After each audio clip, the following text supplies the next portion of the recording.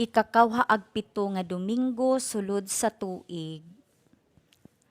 Kung nakabuhat na kamo sa tanan nga gisugo kaninyo, ingna ninyo.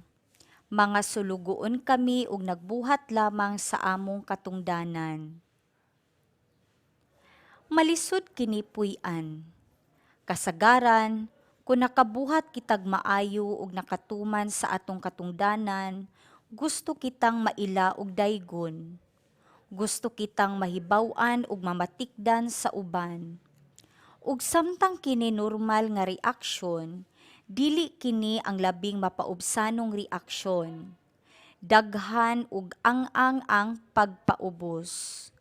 Ug ang pinakahalawom nga ang maabot kun ang kaugalingon makalitok sa gisulat ni San Lucas. Sulugoon lamang ako, igo ra akong nagbuhat sa akong katungdanan.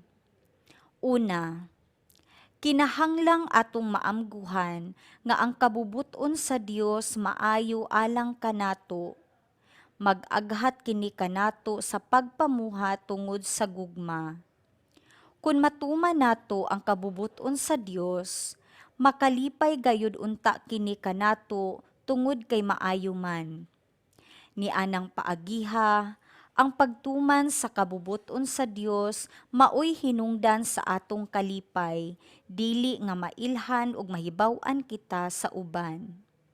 Sa laing bahin, maayo nga makit-an nato ang kaayo sa ubang tawo ug mailhan nato kini. Himuon nato kini dili aron pagpasiatab sa ilang garbo, hinuon aron pagdayeg sa Dios tungod sa maayong mahimo. Ug sa higayon nga makakita sila niini ug makaila sa kabubuton sa Dios nga natuman diha sa atong kinabuhi, kinahanglan atong dawaton ang ilang pagdayeg, dili aron maoy hinungdan nga magarbuso kita, kundili isip matinud-anong pag-ila sa kaayo sa Dios ug sa pagtuman sa iyang kabubuton. Mapasalamaton kita nga nahimo nato ang unsay angay natong buhaton. Ang pagsagop sa kabubuton sa Dios, isip balaan nga katungdanan, maoy maggahom kanato sa pagtuman niini sa hingpit gayod. Kung ang pagtuman sa kabubuton sa Dios gitan-aw nato nga labaw sa kasarangan, wala kita mag-ugmad sa angay nga batasan sa pagtuman niini. Apan kun giisip nato kini nga katungdanan sa gugma ug nga normal nga buluhaton nga kinahanglang tumanon, nan mas sayon ang pagsagop sa iyang kabubuton sa mas kumpletong paagi. Pamalandong. Matagtuman nako sa kabubuton sa Dios, giisip ko ba kini nga akong katungdanan sa gugma, maong dili na ako mangita nga mahibaw-an og daygon sa ubang tawo? Pagbasa gikan sa basahon ni Propeta Habakuk. O Ginoo, kanusa pa ba nimo patalinghugi ang pagpakitabang ko kanimo? Mituwaw ako kanimo sa pag-ingon. Gidaog-daog ako. Apan wala mo ako luwasa. Nganong kadaot o kasamok man ang gipakita mo kanako. Kanunay makita ko ang pinatyanay, ang kagubot o panagbingkil. Unya mitubag kanako ang Ginoo sa pag-ingon. Isulat ang panan-awon sa tataw kaayo diha sa mga papan, aron makalikay ang makabasa niini. Kay may panahon nga gitagal alang sa katumanan sa panan-awon ug mahitabo gayud kini. Busa bisag ingon ug dugay kining matuman, paabota lang. Ug mao kini ang mensahe. Kadtong mga dautan dili mabuhi, apan ang mga matarong mabuhi kay matinumanon man sila sa Dios. Ang pulong sa Ginoo. Salmo Responsorio. Kun karon makadungog kamo sa iyang tingog, ayaw patig-aha ang inyong mga kasing-kasing. Umari kamo, awitan ta nga malipayon ang Ginoo. Ilhon ta ang bato sa atong kaluwasan. Yukbuan ta siya uban sa pasalamat. Awitan ta siya nga malipayon ug mga salmo. Kun karon makadungog kamo sa iyang tingog, ayaw patig-aha ang inyong mga kasing-kasing. Umari kamo, muduko kita aron pagsimba. Mangluhod kita sa atubangan sa Ginoo nga nagbuhat kanato. Kay siya man ang atong Dios ug kita ang katawhan nga iyang gidumala, ang panon nga iyang gitultulan. Kun karon makadungog kamo sa iyang tingog, ayaw patig-aha ang inyong mga kasing-kasing. Hinaot unta nga karon mamati kamo sa iyang tingog, ayaw patig-aha ang inyong mga kasing-kasing, sama didto sa Mereba, sama sa adlaw ni Masa didto sa Kamingawan.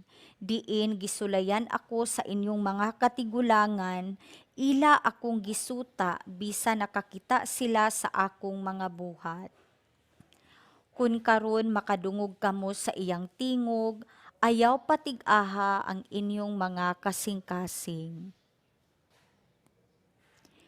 Pagbasa gikan sa ikaduhang sulat ni San Pablo ngadto kang Timoteo. Pahinumduman ko ikaw sa paggamit sa gasa nga gihatag sa Dios kanimo sa dihang gipandungan ko ikaw sa akong mga kamot.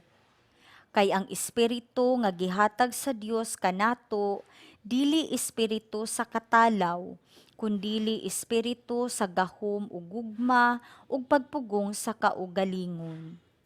Busa ayaw kaulaw sa pagsaksi sa atong Ginoo ug kanako nga iyang binilanggo.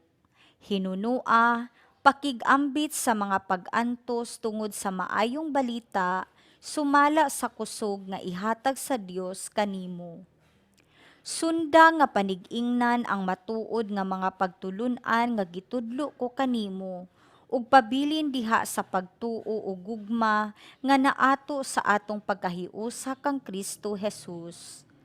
Ampingi ang maayong mga butang nga gipiyal kanimo, pinaagi sa gahom sa Espiritu Santo nga nagpuyo dinhi kanato. Ang pulong sa Ginoo.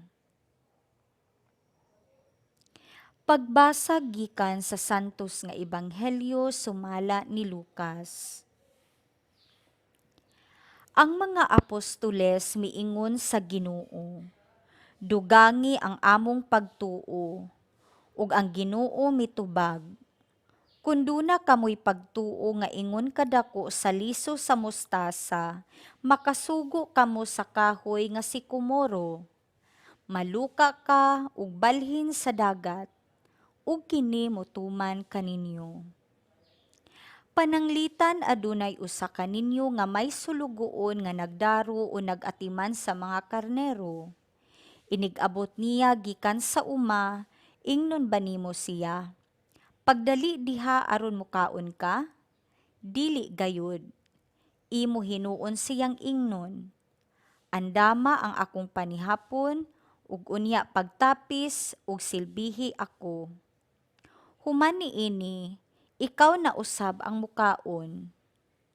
Ang usa ka sulugoon dili angay pasalamatan tungod sa iyang pagtuman sa sugo, dili ba? Mauusab kamo. Kung nakabuhat na kamo sa tanan nga gisugo kaninyo, ingna ninyo. Mga sulugoon kami ug nagbuhat lamang sa among katungdanan. Ang Ebanghelyo sa Ginoo.